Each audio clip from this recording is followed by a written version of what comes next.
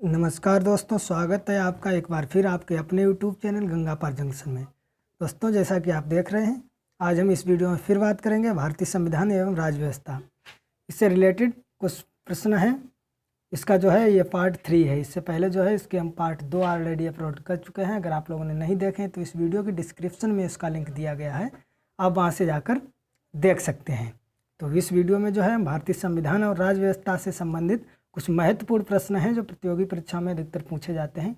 उन प्रश्नों के साथ हम आपके सामने आए हैं। तो देखते हैं आज का प्रश्न जो है क्वेश्चन नंबर 1। क्वेश्चन नंबर 1 दिया गया है कि संविधान की 8वीं अनुसूची में कितनी भाषाएं हैं। संविधान की 8वीं अनुसूची में कितनी भाषाएं हैं? तो इसका करेक्ट आंसर है ऑप्शन डी 22। यहाँ भारतीय संविधान की 8वीं अनुसूची में जो है वो 22 भाषाएं हैं। कौन कौन सी 22 भाषाएं हैं वो भी हम आपको बता देते हैं। आप याद रखेंगे कि असमिया, उड़िया, उर्दू, कन्नड़, कश्मीरी, कोंकणी, गुजराती, डोगरी, तमिल, तेलुगु, नेपाली, पंजाबी, बांग्ला, बोडो, मणिपुरी, मराठी, मलयालम, मैथिली, संताली, संस्कृत, सिंधी और हिंदी। ये जो 22 भाषाएं हमने बताई हैं, एक बार आपको जो है फिर रिपीट करा देता हूँ। ये 22 भाषाएं जो है वो भारतीय संविधान की 8वीं अनुसूची में दी गई हैं। कौन कौन सी? नंबर 1 जो है वो Asamiya, number 2 Oriya, number 3 Urdu, number 4 Kannada, number 5 जो है वो कश्मीरी, कोंकणी, गुजराती, डोगरी, तमिल, तेलुगु, नेपाली, पंजाबी, बांग्ला, बोडो, मणिपुरी, मराठी, मलयालम, मैथिली, संथाली, संस्कृत, सिंधी और हिंदी। ये जो 22 भाषाएं हमने बताई हैं, ये जो है संविधान की 8वीं अनुसूची में हैं। देखते हैं नेक्स्ट क्वेश्चन की तरफ। नेक्स्ट क्वेश्चन दिया गया है कि भारत के वित्त मंत्रालय के परिसर को भी कहा जाता है, यानी जो अंडरलाइन बीच में दी गई है डैश है, इसमें क्या भरा जाएगा? भारत के वित्त मंत्रालय के परिसर को, और ये डैश है, इसमें से कौन सा ऑप्शन यहाँ पर भरा जाएगा? भी कहा जाता है। तो इसका करेक्ट आंसर है उत्तरी ब्लॉक। जी हाँ, ऑप्शन सी उत्तरी ब्लॉक। जो भारत के वित्त मंत्रालय के परिसर को उत्तरी ब्लॉक भी कहा जाता है, आपको ध्यान रखना है। देखते हैं नेक्स्ट क्वेश्चन की तरफ।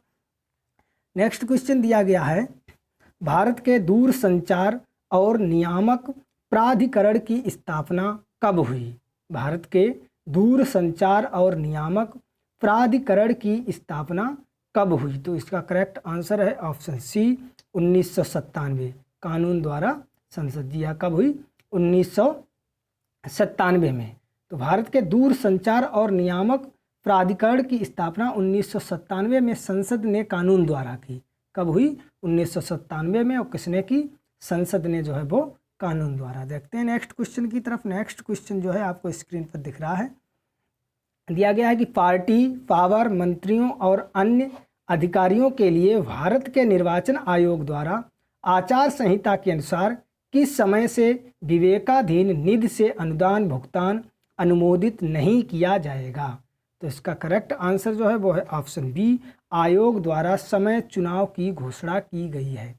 या आयोग द्वारा समय चुनाव की घोषणा की गई है, ये करेक्ट आंसर है। देखते हैं नेक्स्ट क्वेश्चन की तरफ। नेक्स्ट क्वेश्चन आपकी स्क्रीन पर दिख रहा है आपको। दिया गया है कि 14 सितंबर 1949 देश के संविधान निर्माताओं ने हिंदी को, और देश दिया गया है बीच में, की स्थिति प्रदान करने का फैसला किया। यानी इस खाली जगह पर क्या भरा जाएगा? तो इसका ऑप्शन है करेक्ट ऑप्शन सी, संघ की आधिकारिक भाषा। जी हाँ, 14 सितंबर 1949 देश के संविधान निर्माताओं ने हिंदी को संघ की आधिकारिक भाषा की स्थिति प्रदान करने का फैसला किया। नेक्स्ट क्वेश्चन की तरफ देखते हैं। नेक्स्ट क्वेश्चन आपको स्क्रीन पर दिख रहा है। दिया गया है प्रधानमंत्री का 15 सूत्री कार्यक्रम निम्नलिखित में से किसके लिए है? प्रधानमंत्री का 15 सूत्रीय कार्यक्रम निम्नलिखित में किसके लिए है? तो इसका करेक्ट आंसर जो है वो है ऑप्शन डी, अल्पसंख्यक। जी हाँ, प्रधानमंत्री का 15 सूत्रीय कार्यक्रम जो है वो अल्पसंख्यकों के लिए है, आपको ध्यान रखना है। देखते हैं नेक्स्ट क्वेश्चन की तरफ। नेक्स्ट क्वेश्चन जो है आपको स्क्रीन पर दिख रहा है, क्वेश्चन नंबर 7। क्वेश्चन नंबर 7 आपको जो है स्क्रीन पर दिख रहा है कि इंटीग्रेटेड एक्शन प्लान यानी IAP का लक्ष्य अंत पिछड़े क्षेत्रों में विकास घाटे को ब्रिजिंग करना है जो देश से प्रभावित होते हैं, यानी इस स्थान पर क्या भरा जाएगा? तो इसका करेक्ट आंसर जो है वो है ऑप्शन सी, वामपंथी अतिवाद। यह इंटीग्रेटेड एक्शन प्लान का लक्ष्य अंत पिछड़े क्षेत्रों में विकास घाटे को ब्रिजिंग करना है जो वामपंथी अतिवाद से प्रभावित होते हैं, आपको ध्यान रखना है। तो देखते हैं नेक्स्ट क्वेश्चन की तरफ। नेक्स्ट क्वेश्चन जो है आपको स्क्रीन पर दिख रहा है कि मौलाना आज़ाद राष्ट्रीय फेलोशिप स्कीम किसके लिए है? मौलाना आज़ाद राष्ट्रीय फेलोशिप स्कीम किसके लिए है? तो इसका करेक्ट आंसर जो है ऑप्शन डी, 5 चयनित अल्पसंख्यकों। जी हाँ, मौलाना आज़ाद राष्ट्रीय फेलोशिप स्कीम भारत के 5 अल्पसंख्यकों के लिए है। देखते हैं नेक्स्ट क्वेश्चन की तरफ। क्वेश्चन नंबर 9 आपको स्क्रीन पर दिख रहा है। क्वेश्चन नंबर 9 दिया गया है, निम्नलिखित अनुच्छेद में से किसके अनुसार भारत के राष्ट्रपति को क्षमा, राहत या छूट देने या किसी अपराध के दोषी व्यक्ति को किसी भी अपराध की निलंबित अनुमोदन की यात्रा करने की शक्ति है? तो इसका करेक्ट आंसर जो वो है ऑप्शन बी, 72। जी हाँ, अनुच्छेद 72 के अनुसार जो है राष्ट्रपति को क्षमा देने का अधिकार है। अनुच्छेद 72 के अनुसार जो है राष्ट्रपति को क्षमा देने का अधिकार है। देखते हैं नेक्स्ट क्वेश्चन।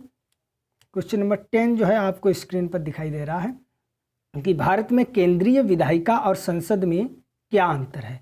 भारत में केंद्रीय विधायिका और संसद में क्या अंतर है? तो इसका करेक्ट आंसर है ऑप्शन डी, इनमें से कोई भी अंतर नहीं है। इनमें से कोई अंतर नहीं है। क्यों अंतर नहीं है? क्योंकि भारत में केंद्रीय विधायिका को ही संसद कहा जाता है। ये बात आपको ध्यान रखनी है यहाँ से कि भारत में केंद्रीय विधायिका को ही संसद कहते हैं, चाहे संसद कहें चाहे केंद्रीय विधायिका कहें, एक ही बात है। देखते हैं नेक्स्ट क्वेश्चन की तरफ।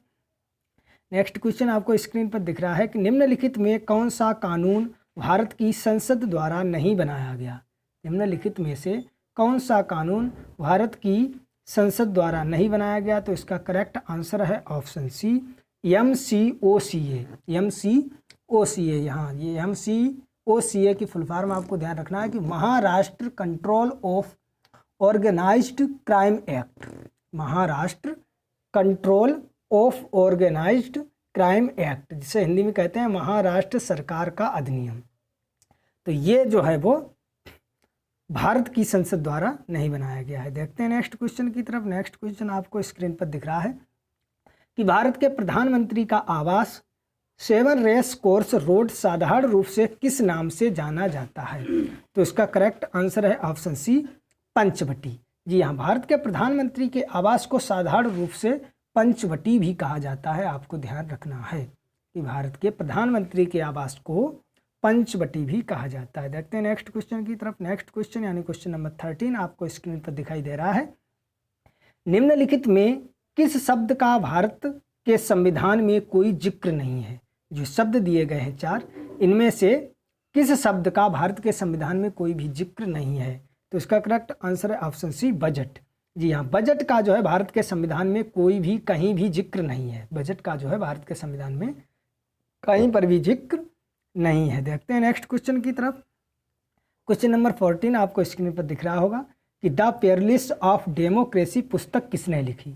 द पेयरलिस्ट ऑफ डेमोक्रेसी पुस्तक किसने लिखी? तो इसका करेक्ट आंसर है ऑप्शन डी, शंकर दयाल शर्मा। यह द पेयरलिस्ट ऑफ डेमोक्रेसी पुस्तक जो है वो शंकर दयाल शर्मा ने लिखी। आपको ध्यान रखना है। देखते हैं नेक्स्ट क्वेश्चन की तरफ। नेक्स्ट क्वेश्चन यानी क्वेश्चन नंबर 15 जो हमारा आज का लास्ट क्वेश्चन है, आपको स्क्रीन पर दिखाई दे रहा होगा कि निम्नलिखित पर ध्यान दीजिए। जो ये दिए गए हैं विचार, इन पर ध्यान दीजिए। पहला दिया गया है कि जीवन और स्वतंत्रता का अधिकार। सेकंड दिया गया है धर्म की स्वतंत्रता का अधिकार। थर्ड दिया गया है कानून के सम्मुख समानता। और चौथा दिया गया है विचार और अभिव्यक्ति की स्वतंत्रता का अधिकार। तो निम्नलिखित में कौन से अधिकार विदेशियों को नहीं दिए जाते हैं? जो ये अधिकार हैं, हमारे 4 अधिकार हमें दिए गए हैं इस क्वेश्चन में। तो इन चारों अधिकारों में से कौन सा अधिकार है जो विदेशियों के लिए नहीं है? तो इसका करेक्ट आंसर जो है ऑप्शन सी, केवल 4, यानी विचार और अभिव्यक्ति की स्वतंत्रता का अधिकार। आपको ध्यान रखना है कि अनुच्छेद 15, 16 और 19 के मौलिक अधिकार केवल भारतीयों के लिए ही हैं। अनुच्छेद 15, 16, 19 में जो मौलिक अधिकार दिए गए हैं वो केवल भारतीयों के लिए ही हैं। इसलिए विचार और अभिव्यक्ति की स्वतंत्रता का अधिकार केवल भारतीयों के लिए ही है, केवल भारतीयों के पास ही है, विदेशियों के लिए नहीं है। अभी तक भाषण और अभिव्यक्ति की स्वतंत्रता पर 8 प्रतिबंध हैं। ये देश की संप्रभुता और अखंडता के संबंध में हैं। ये 8 प्रतिबंध जैसे राज्य की सुरक्षा, विदेशी राज्यों के साथ बड़े संबंध, सार्वजनिक आदेश, सभ्यता या नैतिकता, न्यायालय की छूट, मानहानि, अपराध के लिए प्रोत्साहन और संप्रभुता और भारत की अखंडता। इन 8 प्रतिबंधों को संविधान में उनके वर्तमान रूप में पहले संशोधन विधेयक 1951 के तहत किया गया और रोमेश थापर बनाम मद्रास राज्य 1950 द्वारा तैयार किया गया था। आपको यहाँ पर ध्यान दिया रहा है कि निम्नलिखित पर ध्यान दीजिए, जो ये विचार दिए गए हैं कि इनमें से जो है वो विदेशियों के लिए कौन सा नहीं है, तो केवल 4 जो है विचार और अभिव्यक्ति की स्वतंत्रता का अधिकार, विचार और अभिव्यक्ति की स्वतंत्रता का अधिकार है, जो ये है विदेशियों के लिए नहीं है। तो ये थे हमारे आज के कुछ 15 इंपॉर्टेंट प्रश्न, महत्वपूर्ण प्रश्न जो प्रतियोगी परीक्षाओं में अधिकतर पूछे जाते हैं। तो कैसा लगा ये हमारा वीडियो? अगर वीडियो पसंद आया तो वीडियो को लाइक करें, कमेंट करें, शेयर करें और हमारे चैनल को सब्सक्राइब कर बेल आइकन अवश्य दबाएं, जिससे हम कोई वीडियो अपलोड करें उसका नोटिफिकेशन आपको सबसे पहले मिल सके। Thanks for watching.